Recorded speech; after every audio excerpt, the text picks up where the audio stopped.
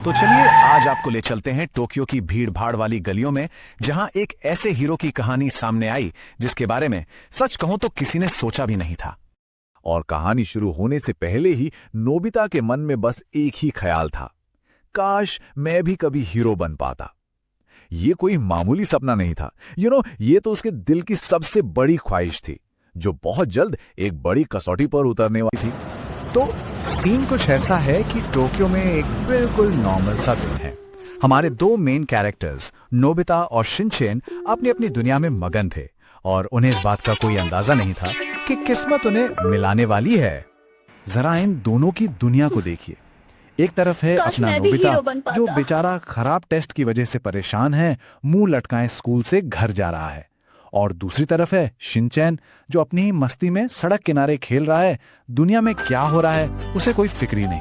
और बस तभी सब कुछ बदलने वाला था। वो शांत सा दिन अचानक एक बड़े खतरे की तरफ बढ़ रहा था। अचानक से एक गाड़ी बहुत तेजी से सड़क पर आती है, और ये कोई आम गाड़ी नहीं, ये तो एक तेज रफ्तार खतरा है जो सीधा शिनचैन की तरफ बढ़ रहा है। और बात यहीं खत्म नहीं होती, मामला और भी ज्यादा बिगड़ जाता है, क्योंकि ड्राइवर का ध्यान सड़क पर ही नहीं, वो तो अपने फोन में लगा हुआ है। अब सोचिए खतरा कितना बड़ा हो चुका था। जरा सोचिए उस पल के बारे में। आसपास के लोग पर शिनचैन वो तो अपनी ही धुन में है, उससे कुछ सुनाई नहीं दे रहा। ऐसा लग रहा था जैसे वक्त रुक गया हो। क्या कोई उसे बचा पाएगा? और यहीं से कहानी उस मोड़ पर आती है जहां सब कुछ बदल जाता है।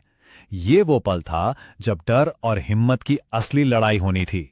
अब देखिए, नोबिता जो लड़का आमतौर पर हर छोटी बड़ी चीज से डर जाता था, वो दूर से ये सब देख रहा था और उसका दिल जोर जोर से धड़क रहा था, लेकिन इस बार डर से नहीं, कुछ करने के जज्बे से।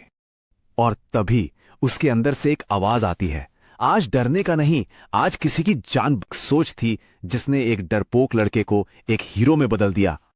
और अब आता है कहानी का क्लाइमैक्स, वो पल जहां सोचने का टाइम नहीं था, सिर्फ एक्शन का था। एक ऐसा एक्शन जो किसी की जिंदगी बचाने वाला था।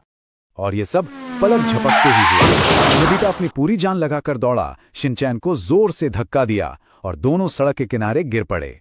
ठीक उसी वक्त वो तेज कार उनके बगल से सनसनाती हुई निकल गई। उस तेज रफ्तार एक्शन के बाद सन्नाटा, चारों तरफ खामोशी, और फिर वो राहत की सांस।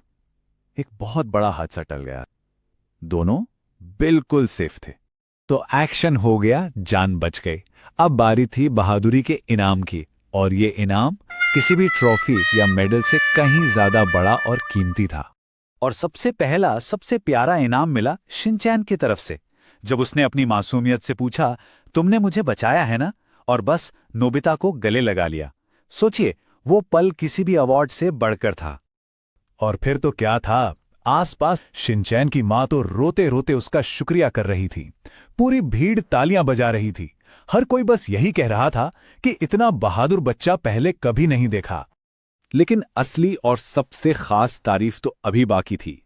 ये तारीफ आई उसके सबसे अच्छे दोस्त डोरेमोन से, जब डोरेमोन ने कहा, नोबिता आज तुमने सच में हीरो वाला काम किया है।